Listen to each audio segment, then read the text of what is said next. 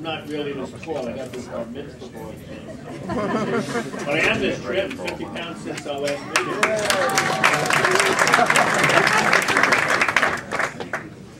Thank you very much. Janice, Michael, Graham, Michael. Morning, Chuck. I wanted to make 2 points this morning. Number one is under the rubric of the tail that wags the dog. And the dog, in this case, is the United Nations. And the tail is the Palestinian issue and the prominence that it plays, and especially in light of the pending Goldstone report, which I cannot highlight enough as to the kind of damage, potential damage, that this can do. Tail wagging the dog. The Palestinian issue is big in the Arab states. The Arab states are the dominant force in the Muslim bloc. The Muslim bloc is the majority of the unaligned nations, and the non-aligned nations are certainly more than a majority of the whole UN. That's how that thing wags its way up. And that's the kind of influence that this issue is going to have. Now, Mr. Goldstone, Judge Goldstone, thought he did a nice thing and a fair thing, not understanding the full impact of what he was doing. Nobody's paying any attention to what he keeps trying to point out, is that for the first time ever, Palestinians have actually been accused of violating human rights and committing international crimes of war. That's in the report, but who cares? Because they're Palestinians and nobody pays attention to the things that they do that are destructive. It's what President Reagan had called the soft bigotry of low expectations. Ah, they're only Palestinians, they don't know what they're doing. But Israel, which exercises its right to defend itself, the right and the responsibility of every single nation throughout the history of the world, gets condemned for protecting its people, as it's supposed to be doing. And that comes under the rubric of what I would call the hard prejudice of high expectations. You're Jews, you should know better. Not taking into account the extreme measures that Israel went through to observe international law, to make sure that, to the best extent that they can, innocent people did not get killed or hurt. Against all of the odds, because as everybody knows who knows anything about this situation, is that the terrorists actually use their own civilian populations to hide behind, and civilian buildings, and private property, and schools and churches and mosques, to bury weapons beneath, inviting the attack so that they can say, oh look, they attacked civilian property and killed civilians. There's a danger in this report, besides to Israel, and that is to the rest of the free world, especially the United States.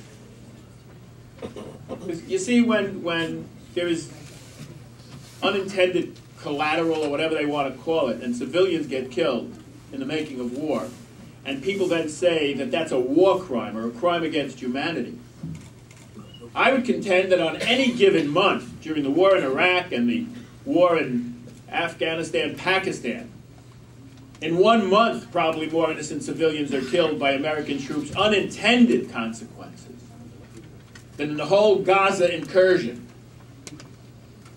And if the international community thinks that they can condemn Israel and accuse it of war crimes, based on the Goldstone report, which is intended to delegitimize the very existence of the state of Israel, then it's not just Israeli soldiers and Israeli officials, but the very President of the United States,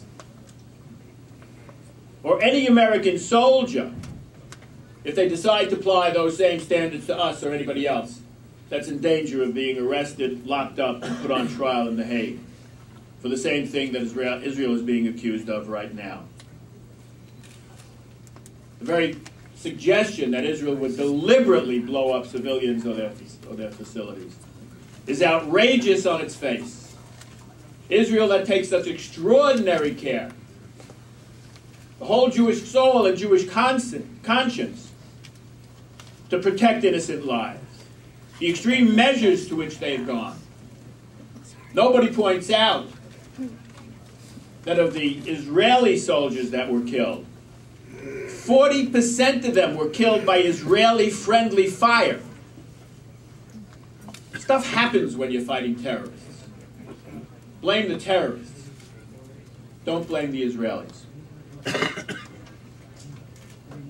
The second point that I want to make, and it's a briefer point, goes to what I would call, if you're ahead, don't drag out the race. I'm talking about the qualitative military edge that Israel enjoys. This is the difference between their technology, their know-how, their wisdom, their ability. And the reason, I think all would agree, is that they've been able to survive over the large number of enemies that they have in their neighborhood.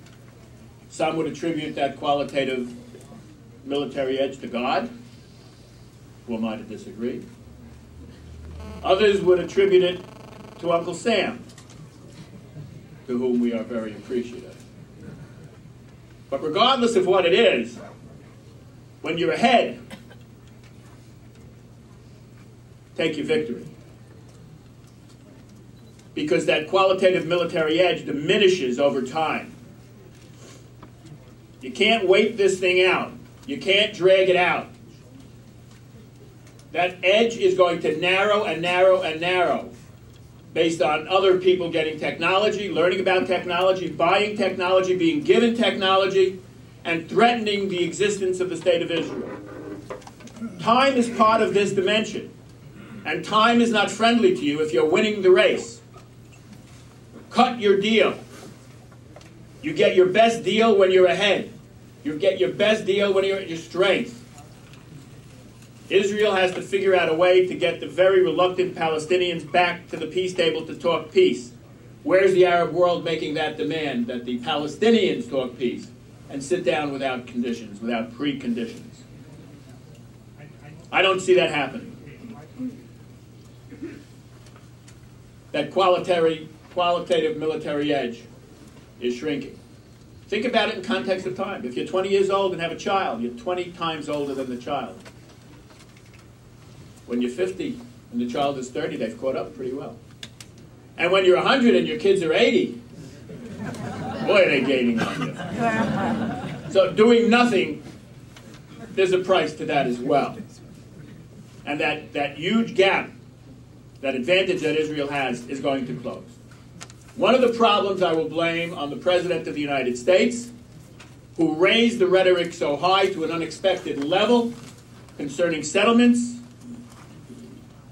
and basically took the Palestinians and had them climbing the heights and the trees and being euphoric, and those unwarranted demands, unrealistic demands, have been the reason that the Palestinians are having a hard time climbing down from that tree and getting back to the table. Settlements are a problem. There's no question about that. It's part of the dispute. And we have to fix it. But to those who say that settlements are the only and exclusive and the real reason for the lack of peace, I would add fuel and flame the fire of their fears and tell them they're right. And take a look at the Iranian settlement and think of it if it can become a nuclear settlement on the border between Israel and Egypt. That's the worry, and that's the concern, and that's really what we have to deal with. Thank you very much, and hang in there.